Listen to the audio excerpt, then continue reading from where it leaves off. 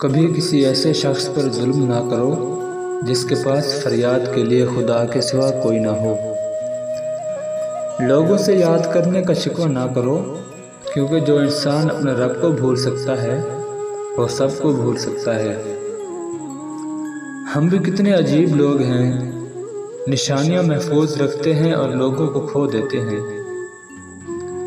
جب انسان اپنے رب پر اس قدر بھروسہ کر لیتا ہے کہ اس کے علاوہ کوئی بھی اس کی ضرورت پوری کرنے والا نہیں، تو اللہ بھی اپنے بندے کو مایوس نہیں کرتا۔ اپنے رب سے دوستی کر لو، یہی وہ ذات ہے جو کبھی آپ کو تنہا نہیں چھوڑتی۔ بات نیت کی ہے، کوئی کعبہ سے بھی خالی ہاتھ لوٹتا ہے اور کوئی گھر بیٹھے رب کو پا لیتا ہے۔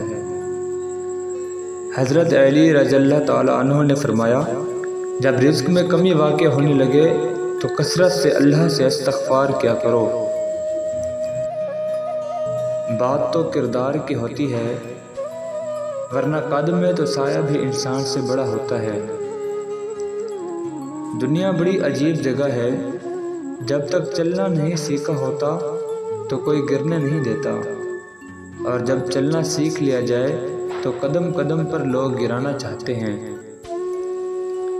کسی کو معاف کر کے اچھے ضرور بنو، لیکن اس پر دوبارہ اعتبار کر کے بیوقوف مت بنو۔ اگر میرا علم مجھے انسان سے محبت کرنا نہیں سکھاتا تو ایک جاہل مجھ سے 1000 درجے بہتر ہے۔ جتنا بھی مشکل وقت آئے، 2 کام کبھی نہ کرنا: ایک اللہ تعالیٰ کی ناشکری نہ کرنا، دوسرا اللہ کے سوا کسی سے نہ مانگنا۔ اپنے اپنے دائرے میں دیکھ لو، ہر کوئی حسب طاقت فرعون ہے۔